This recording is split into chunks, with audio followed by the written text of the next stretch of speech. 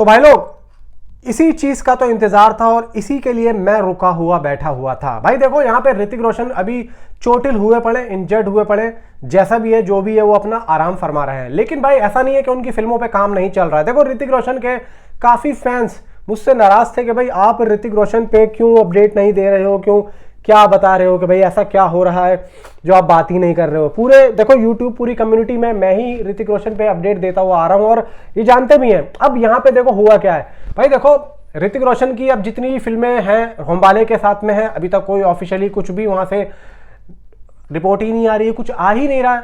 तो यहाँ पे फैंस भी बहुत ज्यादा परेशान है कि यार ये हो क्या रहा है। भाई देखो यहाँ पे होमबाले वाला प्रोजेक्ट तो अभी तक ये समझ लो कि रुका ही हुआ है, कुछ अपडेट नहीं आ रही है कुछ भी कहीं से भी। और हम पूछने की भी कोशिश करते हैं भाई वहां से भी कोई रास्ता, मतलब कुछ होता है ना कि भाई चलो यहाँ से कुछ रास्ता निकल रहा है, वहां से कुछ भी नहीं है। लेकिन ऐसा नहीं है कि भाई और जो प्रोजेक्ट हैं उन पे काम नहीं चल रहा है। भाई यहाँ पे क्रिश 4 को लेके काफी तगड़ी अपडेट निकल के आई है और ये बात मैं आप लोगों को बताता हूँ। तो भाई जितने भी ऋतिक रोशन के फैंस हैं आपसे एक छोटी सी रिक्वेस्ट है, भाई नीचे हाइप का बटन होगा, हाइप के बटन को आप जाके प्रेस कर दो। एक आदमी को 3 बार करना होता है, अगर आप एक बार में ही 3 बार कर दे तो ये वीडियो ज्यादा से ज्यादा लोगों तक जाएगी और ज्यादा से ज्यादा ऋतिक रोशन के फैंस हमारे साथ जुड़ेंगे, मजा आएगा। भाई एक फुल यहाँ पे कम्युनिटी बनाओ, कम से कम यार ज्यादा से ज्यादा ऋतिक रोशन के फैंस इस चैनल पे होने चाहिए। तो भाई यहाँ पे मजा जब भी आता है। वीडियो को लाइक करो, चैनल को सब्सक्राइब करो, कमेंट भी छोड़ो और हाइप का बटन भी दबाओ। तो भाई शुरू करते हैं, ऋतिक रोशन इस साल क्या कर रहे हैं, क्या कोई फिल्म आएगी या नहीं आएगी। देखो भाई यहाँ पे मैं आप लोगों को क्लियर बात बता दूं, अभी जनवरी निकला है, ठीक है। ऋतिक रोशन हर प्रोजेक्ट में हर फिल्म में भाई टाइम लेते हैं, तकरीबन 1 साल तक वो शूटिंग करते ही हैं। इनकी फिल्म शूटिंग से लेकर एंड तक कम से कम 1 साल तो लेती ही लेती है। तो 2026 में अगर ऋतिक रोशन जल्दी से शूटिंग करके इसको कंप्लीट कर दें तो भाई फिल्म आ सकती है। लेकिन अभी तक ऋतिक रोशन क्रिश को छोड़ के किसी और प्रोजेक्ट पे जाते हुए दिख भी नहीं रहे। अब होमबाले, देखो होमबाले का जो प्रोजेक्ट है वो काफी बड़ा प्रोजेक्ट है, उसमें भी टाइम चाहिए। ऋतिक रोशन को समझने में टाइम लगता है कि भाई यहाँ पे कैसे काम करना है, और जब वो काम करने जाते हैं ना तो भाई वो बिल्कुल इत्मीनान से करते हैं। समझने में टाइम जरूर लेते हैं लेकिन जब वो जाते हैं तो भाई फिर वो लॉन्ग टर्म के लिए पूरी शूटिंग को खत्म करके आते हैं। और ऋतिक रोशन एक ऐसे एक्टर है कि भाई जब तक वो पहली फिल्म को कंप्लीट ना कर दे तब तक वो दूसरा प्रोजेक्ट साइन भी नहीं करते हैं। ऐसा नहीं है कि याली शूटिंग अभी यहाँ पे खत्म हुई है तो वो दोबारा से भाई जयपुर जा रहे हैं, जयपुर से फिर दिल्ली, ऐसा नहीं होता।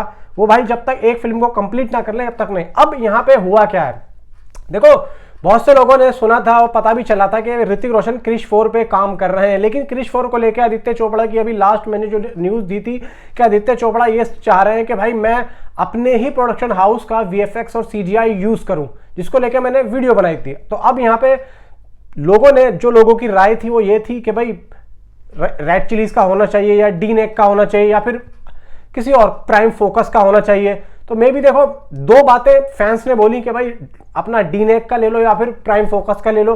रेड चिलीज को लेके वो फैंस जो थे वो नाराज थे। तो यहाँ पे ऐसा है, देखो ऋतिक रोशन ने भी और राकेश रोशन ने भी ये बात बोली थी कि भाई प्राइम फोकस को हम दे सकते हैं, तो यशराज बोल रहे हैं नहीं भाई हमारा। तो यहाँ पे मसला जरा फंसा हुआ था। मुझे लगता है कि शायद उस पर भी क्लियरिटी हो गई होगी कि भाई 2 लोग बोल रहे हैं, एक मना कर रहा है। तो मुझे लगता है कि अब आदित्य चोपड़ा भी मान ही गए होंगे। खैर इसके बारे में कोई आगे अपडेट आएगी तो हम बात करेंगे। फिलहाल दोस्तों अब ये बात आ रही थी कि भाई क्रिश 4 में क्या प्रियंका चोपड़ा होंगी या नहीं होंगी। तो भाई यहाँ पे अब ऑफिशियली मीडिया पोर्टल बॉलीवुड हंगामा ने इस बात को क्लियर चिट दे दी है कि प्रियंका चोपड़ा इज रिटर्न इन क्रिश 4 और अपने उसी रोल में प्रियंका चोपड़ा आप लोगों को देखने को मिलेंगी जिसमें हम अभी तक उनको देखते हुए आ रहे हैं। यानी कि क्रिश में और क्रिश 2 में जो हमने देखा था कि भाई कोई मिल गया के बाद में जो भी सीरीज आई क्रिश की उसमें हमें प्रिया मेहरा देखने को मिली। तो अब यहाँ पे प्रिया मेहरा बैक टू रिटर्न इन क्रिश 4। तो भाई लोग यहाँ पे सीधी सी बात है कि ये जो कहानी है ये वहीं से स्टार्ट हो रही है जहां से वो खत्म हुई थी। लास्ट में जब वो माँ बनती है, उनका जो एक बच्चा होता है वो सब ऊपर देखते हैं तो कहीं ऐसा लगता है कि भाई बच्चा हवा में उड़ रहा है। कुछ इस तरीके का सीन पार्ट हमें देखने को मिला था जब फिल्म खत्म हुई थी। तो ये तो समझ में आ गया है और ये तो हमें पता भी था। देखो प्रियंका चोपड़ा आएंगी और ये लोग वहीं से कहानी को स्टार्ट करेंगे।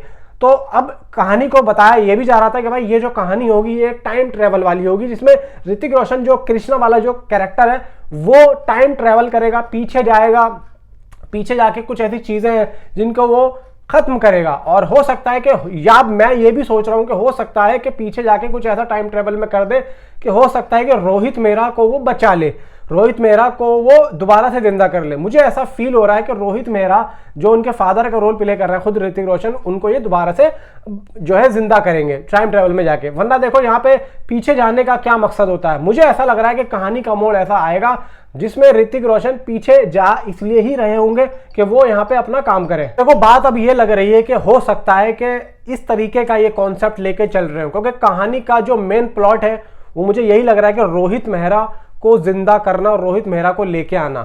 भाई अब यहाँ पे इस कहानी में ना मुझे और भी ज्यादा चीजें पेचीदा लगती जा रही, क्योंकि कहानी भाई इतनी ट्रेजिडी वाली लग रही है कि भाई मैं तो ये बात सोच के ही थोड़ा सा कंफ्यूज हो गया हूं कि यार इन्होंने कहानी को किस तरीके से बनाया होगा। अब यहाँ पे पता है क्या होगा, टाइम ट्रेवल में जब ये रोहित मेहरा को बचाने जाएंगे तो वहां पे इनके सामने उस टाइम ट्रेवल में कुछ ऐसी चीजें घटेंगी जो कि हमने उन मूवीज में भी नहीं देखी हैं। यानी कि काल के कुछ ऐसे नुमाइंदे होंगे जो दोबारा से रिक्रिएट किए जाएंगे और उन्हीं सबसे लड़ाई होगी। काल से भी लड़ाई हो सकती है, डॉक्टर आर्या से भी लड़ाई हो सकती है, प्लस यहाँ पे जो भाई जादू आएगा, जादू ही कृष्णा को उस टाइम ट्रेवल में लेके जाएगा, क्योंकि जादू के पास ही वो ऐसी शक्ति होगी जो कि उन्हें टाइम ट्रेवल पे लेके जाएगी।